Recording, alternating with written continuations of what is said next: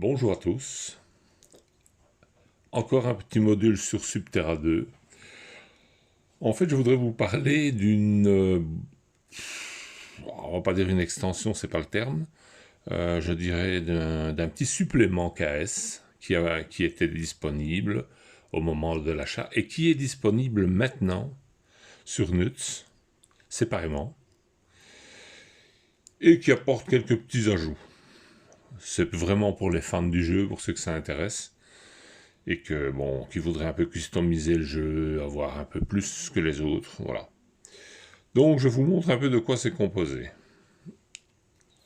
Nous avons tout d'abord les cartes, personnages. Vous voyez, tous les personnages du jeu ont leurs cartes. Et avec leur explication, c'est un peu le fluff.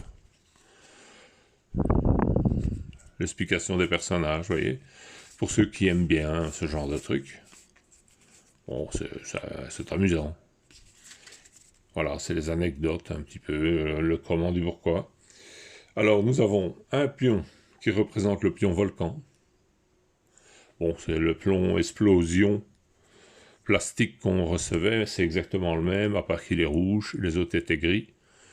Mais c'est un pion comme ça, bon, qui représente le volcan. Voilà. Alors ainsi, un petit, je dirais un dé clé. Je sais pas trop l'usage, j'avoue. Là, personnellement, j'ai séché un peu. Bon, je sais pas. Quand on le met d'une certaine façon, on pourrait peut-être dire qu'éventuellement, on voit les clés sous un certain angle. Vous voyez, il y en a deux à l'endroit, une à l'envers. Là. Ici, il y en a trois à l'endroit. Ouais, peut-être qu'en le bougeant d'une certaine façon, mais c'est pas très clair. Hein. J'avoue que c'est un petit peu chipoté. Alors, un nouvel artefact. Bon, il est comme l'autre, hein, à part qu'il est transparent. C'est un genre de dé en plastique. Transparent, brillant, un peu or. Comme ça, on le voit pas bien à la caméra, la couleur qu'il a, mais il est un peu or. Il a des reflets dorés. Voilà. Le pion premier joueur, donc, qui anciennement était en carton comme ceci, eh ben, ils l'ont fait en plastique. Bon, là, il est peint. Hein. Normalement, il est simplement doré. Moi, je l'ai repeint. J'ai peint quelques détails pour faire sortir un petit peu la face 1 de la face 2, déjà. Et le côté un peu plus... J'ai essayé de rapprocher un petit peu de ça, sans vouloir le faire rouge, puisqu'il était quand même beau. Je voulais pas trop le... Ah, c'est mieux comme ça. Voilà, vous voyez.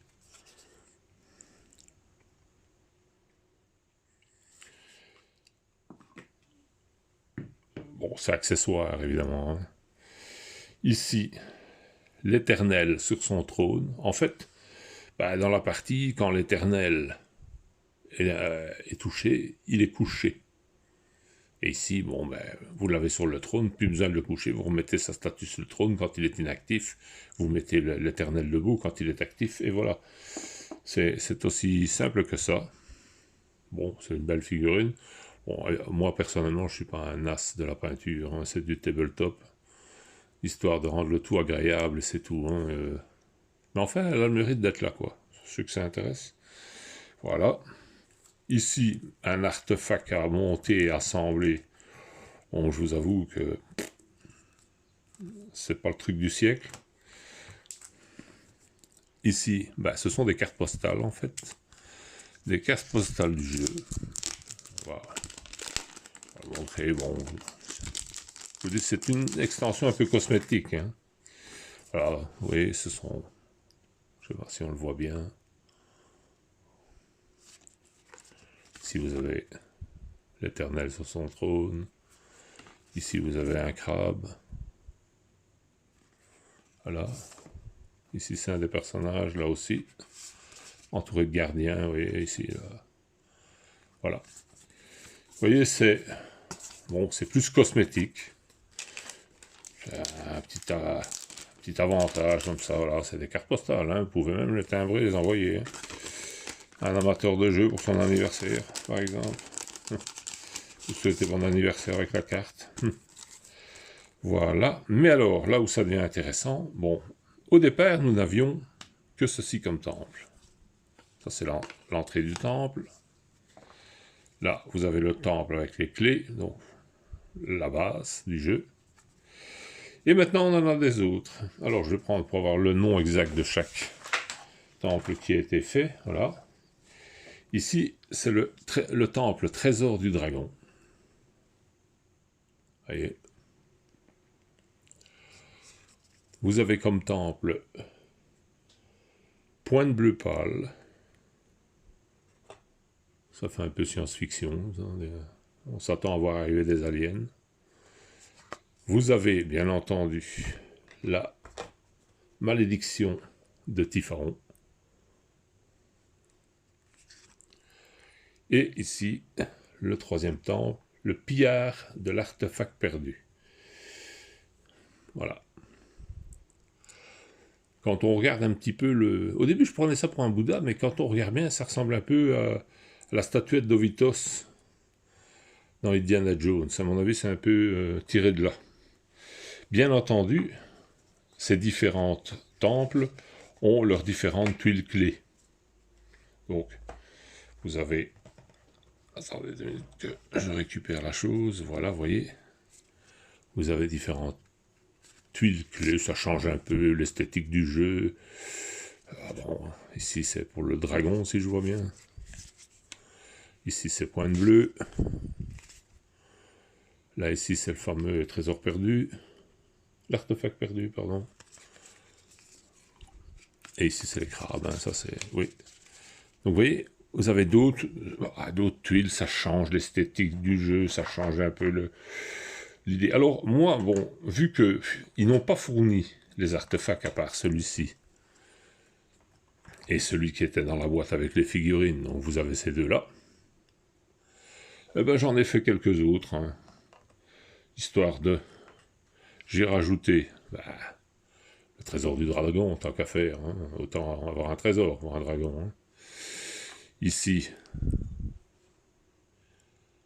c'est la perle noire de Tipharon. Bon, c'est une simple boucle d'oreille cassée, pour ceux que ça intéresse. Alors, pour Pointe Bleue, j'ai pris un truc qui ressemble un peu à un truc extraterrestre comme ça, puisque c'est un petit peu le... Quand on voit la salle, c'est un peu à ça que ça ressemble quand même. Hein. Quand on voit la pièce, vous voyez, c'est un peu le style. Hein. Donc, bon, tant qu'à faire, voilà. Donc ça change comme ça un petit peu. En plus, l'artefact à trouver. Ça donne un peu plus de jeu, un peu plus de... Allez, de plaisir, on va dire, à la chose. En plus, donc ça, c'est le contenu de cette extension-là.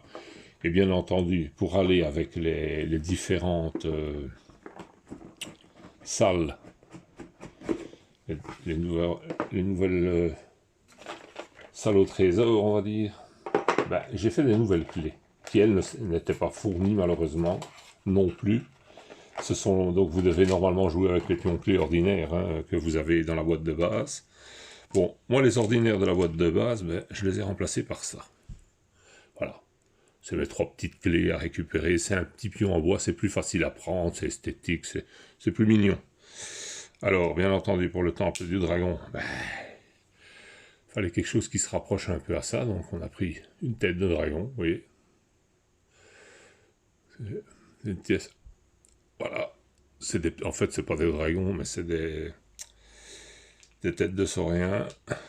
Voilà. Pour Tipharon, j'ai simplement pris des crânes d'orques.